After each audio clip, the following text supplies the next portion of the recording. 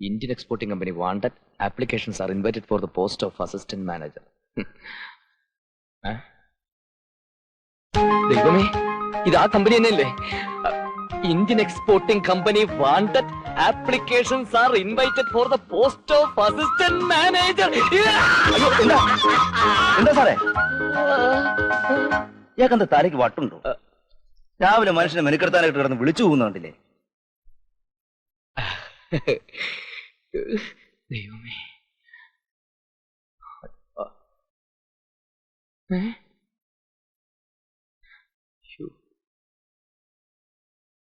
ആരാണ്?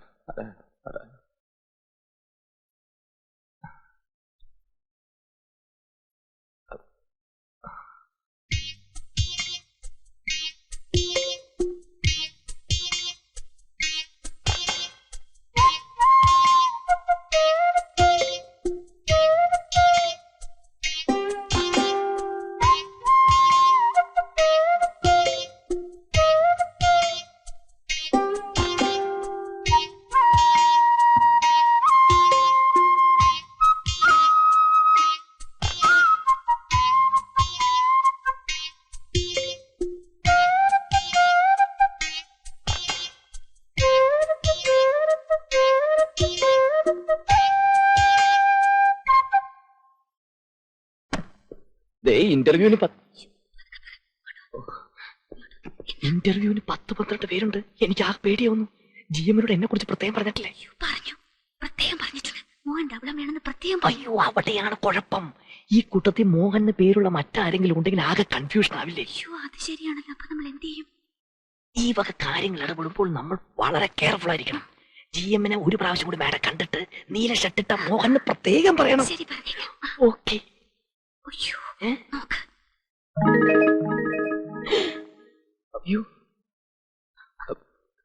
എന്താ നീല ഷർട്ടിട്ട് ശവം അവിടെ ഇരിക്കുന്നു. അയ്യോ, അപ്പൊ ആകെ കൺഫ്യൂഷൻ ആവുമല്ലോ. നീല ഷർട്ടിട്ട മോഹൻ, ഡബിൾ എമ്മ, ചന്ദനക്കുറി, നടുക്ക കുങ്കുമപ്പൊട്ട്. ശരിയാ, മറന്നുപോരുത്. ചന്ദനക്കുറിയിൽ കുങ്കുമപ്പൊട്ട്, നീല shirt, Mohan, double MA. Okay okay.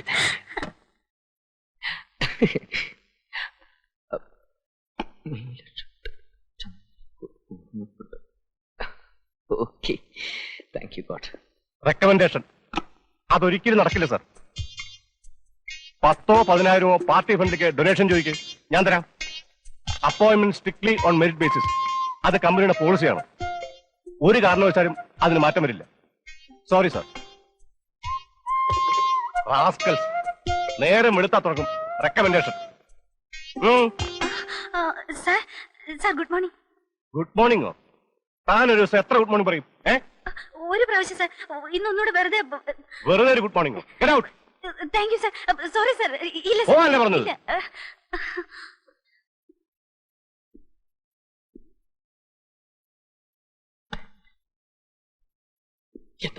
എന്തായി? എല്ലാം പറഞ്ഞില്ലേ? എല്ലാം പറഞ്ഞിട്ടുണ്ട്. അദ്ദേഹത്തിന് എന്നെ കുറിച്ച് മതിപ്പുണ്ടാക്കി വെച്ചിട്ട് പിന്നെ ഉണ്ടാക്കിയിട്ടുണ്ട്. ഒരു experienced fellow. Mohan, double MA, നീല ഷർട്ട്, ചന്ദനക്കുറി, കുങ്കുമപ്പൊട്ട് പറഞ്ഞിട്ടുണ്ട്. എല്ലാം കറക്റ്റ് ആയിട്ട് പറഞ്ഞിട്ടുണ്ട്. മാഡം മോഹൻ തന്നെയല്ലേ പറഞ്ഞത്? മാറ്റി പറഞ്ഞില്ല. ടൈയുടെ കാര്യം പ്രത്യേകം പറഞ്ഞിട്ടുണ്ട്. ഡബിൾ എമ്മയാണെന്നും പറഞ്ഞിട്ടുണ്ട്. ഓക്കെ. നമസ്കാരം സാർ, എന്റെ പേര് Mohan. MA economics, MA English. പേരും ക്വാളിഫിക്കേഷനും ഒക്കെ ഇതിൽ വിശദമായി എഴുതിയിട്ടുണ്ട്. വേണമെങ്കിൽ ഞാൻ വായിച്ചോളാം.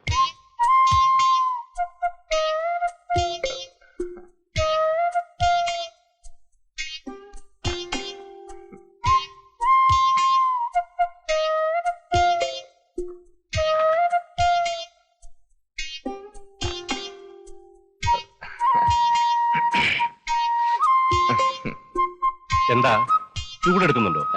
ചെറുതായിട്ട്. നീലയോ? അല്ല, നീല ഷർട്ടിട്ടുണ്ടായിരിക്കണം. നീല ഷർട്ടിട്ട ചൂട് കൂടുന്നാ പറയാറ്. You are wrong. കറുത്ത ഷർട്ടിട്ടാലാണ് ചൂട് കൂടുക. Because it radiates heat. Sorry sir.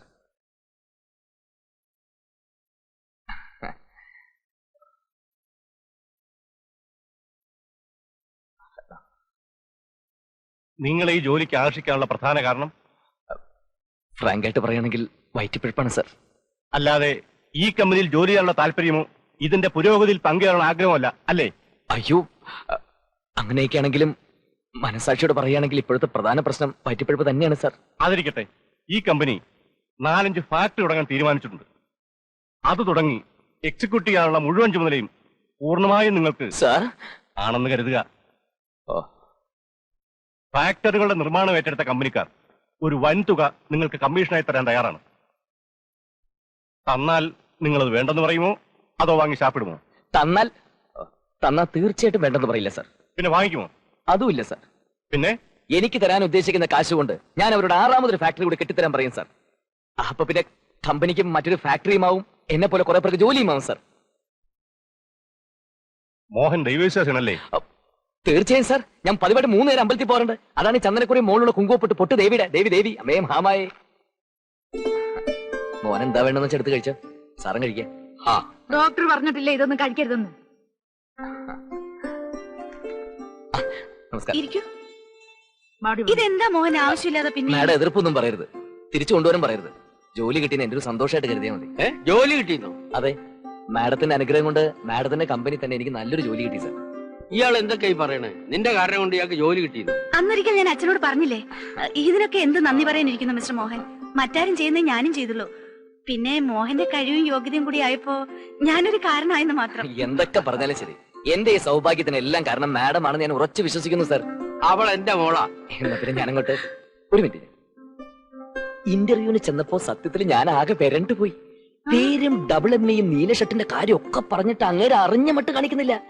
അവസാനം അങ്ങേര് എന്റെ നെറ്റിയിലേക്ക് നോക്കിയിട്ട് ഒറ്റ ചോദ്യ, മോഹൻ ഈശ്വര വിശ്വാസി അല്ലേന്ന്. അപ്പൊ എനിക്ക് മനസ്സിലായി മാഡം പറഞ്ഞ ചന്ദനക്കുറിയും കുങ്കുവ പൊട്ടി ഏറ്റു കഴിഞ്ഞു. ഞാൻ പ്രത്യേകം പറഞ്ഞിരുന്നു ചന്ദനപ്പൊട്ടിന്റെ കാര്യം. ഞാൻ നാളെ കാലത്ത് ജോയിൻ ചെയ്യും. മാഡത്തിന്റെ അനുഗ്രഹം. തീർച്ചയായും. Best of luck. Thank you.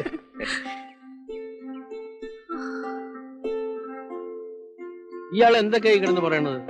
ചന്ദനക്കുറി, കുങ്കുമപ്പൊട്ട്, നീലക്കുപ്പായം, ഇയാൾക്ക് എന്താ വട്ടോ? താമസിയാതെ വട്ടുപിടിക്കുന്ന തോന്നണേ. ഗുരുവായൂരപ്പ നാരായണ കൃഷ്ണ.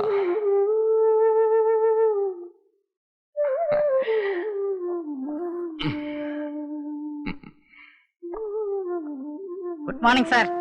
Good morning. സാറിന് ദൈവാധീനം ധാരാളം ഉണ്ട്. അന്ന് സാധാരണ ഓഫീസ് അസിസ്റ്റന്റ് ജോലിക്ക് വന്ന സാറ് ഇന്ന് അസിസ്റ്റന്റ് മാനേജറുടെ സീറ്റിൽ ഇരിക്കുന്നില്ലേ? അതിനൊക്കെ കാരണം നമ്മുടെ ഓഫീസിലെ യമുനയാണ് അശോക. യമുന ഗുരുവായൂരപ്പന്റെ രൂപത്തിൽ വന്നില്ലായിരുന്നെങ്കിൽ, സ്ട്രോങ് ആയിട്ട് റെക്കമെൻഡ് ചെയ്തില്ലായിരുന്നെങ്കിൽ ഞാൻ ഇന്ന് ഈ സീറ്റിലിരിക്കില്ലായിരുന്നു. സാറെന്താ പറഞ്ഞത്? റെക്കമെൻഡേഷനോ? റെക്കമെൻഡേഷൻ എന്നുള്ള വാക്ക് ഈ ഓഫീസിൽ പറഞ്ഞു പോകരുത്. അതെന്താ? അയ്യോ, അങ്ങനെ ഏറ്റവും കൂടുതൽ വെറുക്കുന്ന ഒരു വാക്കാണത്. അത് പോട്ടെ, സാറിന് ഇവിടെ ആര് റെക്കമെൻഡ് ചെയ്യുന്ന പറഞ്ഞത്? യമുന, നമ്മുടെ ഓഫീസിലെ യമുന. 2-3 ആഴ്ച മുമ്പ് ഇവിടെ ജോലി ചെയ്യാറുന്ന യമുന പറഞ്ഞിട്ട് സാറിന് ജോലി കിട്ടുന്നോ? കൊള്ളാം, നല്ല തമാശ. യമുന ഇവിടെ ജോലിക്ക് വന്നിട്ട് 2-3 ആഴ്ചയാവുന്നു. പിന്നല്ലാതെ, അന്നൊരിക്കൽ സാർ ഇവിടെ ഇന്റർവ്യൂവിന് വന്നില്ലേ? അന്നാ അവര് ഇന്റർവ്യൂവിന് വന്നത്. അന്ന് നിങ്ങൾ എല്ലാരും പോയപ്പോ ആ ജോലി ആ പൊങ്കൊച്ചിന് കിട്ടി. അവളുടെ നല്ല സമയം, അല്ലാതെന്താ? മാഡം ഇവിടെ ഏത് സെക്ഷനിൽ വർക്ക് ചെയ്യുന്നു പറഞ്ഞത്? ഞാൻ ഇവിടുത്തെ അക്കൗണ്ട് സെക്ഷനിലാ. എന്താ സാറേ? വിളിക്കണോ? അവളെ വിളിക്കണോ? വിളിക്കണോ? May I come in? Yes. നമസ്കാരം. ഇരിക്കൂ. Thank you. ഇരിക്കൂ മോഹൻ. വേണ്ട, ഞാൻ നിന്നോളാം.